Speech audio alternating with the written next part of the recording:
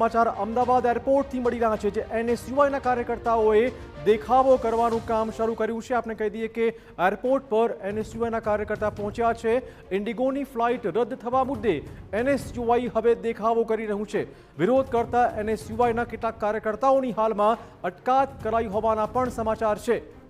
તો જે રીતે રોજે રોજ મુસાફર રજડી રહ્યા છે તે મુદ્દે હવે એનએસયુઆઈના કાર્યકર્તા મેદાનમાં ઉતરી ગયા છે। અમદાવાદના એરપોર્ટ પર એનએસયુઆઈ કાર્યકર્તા પહોંચ્યા હતા અને ખાસો હોબાળો મચાવાયો છે। કેટલાક કાર્યકર્તાઓની પોલીસે અટકાયત કરી હોવાની જાણકારી।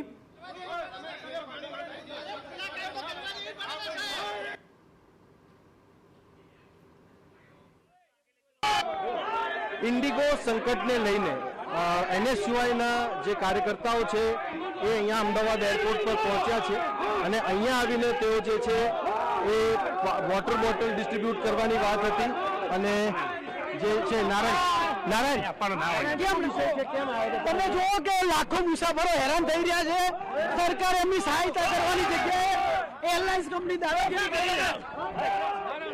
હાલમાં તો ન ભાઈ પણ પાણી તો મુસાફરો હેરાન થઈ રહ્યા છે। મુસાફરો હેરાન થઈ રહ્યા છે, પાણી તો આપો। એમ નથી આપવા દેતા।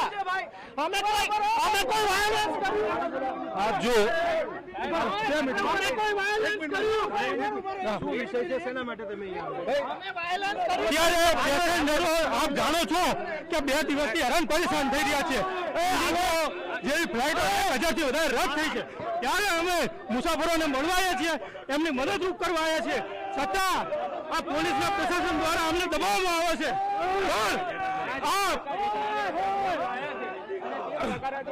ભાજપ સરકાર દ્વારા કોઈ પણ નિર્ણય લાગુ કરતા પહેલા કોઈની સાથે ચર્ચા વિચારણા કર્યા વગર દેખાડવામાં આવે છે।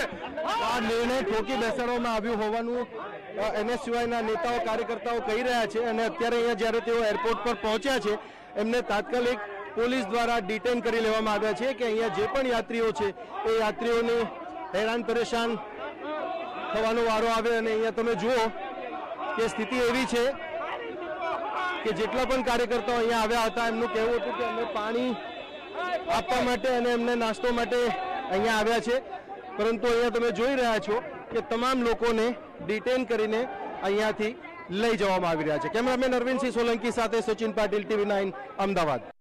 અમદાવાદ એરપોર્ટ પર એનએસયુઆઈના કાર્યકર્તા પહોંચ્યા હતા। દાવો હતો કે તે મુસાફરોને નાસ્તો અને પાણી આપવા માટે પહોંચ્યા છે, પરંતુ પોલીસે આ કાર્યકર્તાઓની અટકાયત કરી તેમને આવું કરતા રોક્યા હતા।